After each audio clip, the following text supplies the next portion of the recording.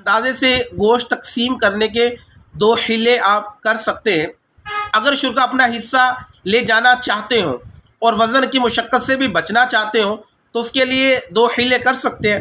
Number 1، ذبح کے بعد اس گائے کا سارا گوشت ایک ایسے بالغ مسلمان کو ہبہ کر دے، یعنی تحفے میں دے دیں جو قربانی میں شریک نہ ہو۔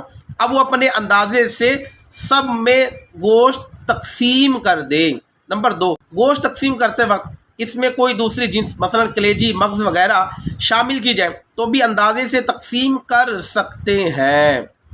اگر کئی چیزیں ڈالی ہیں تو ہر ایک میں سے ٹکڑا ٹکڑا دینا لازم نہیں، گوشت کے ساتھ صرف ایک چیز دینا بھی کافی ہے۔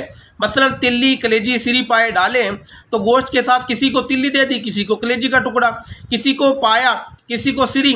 اگر ساری چیزوں میں سے ٹکڑا ٹکڑا دینا چاہیں تب بھی حرج نہیں۔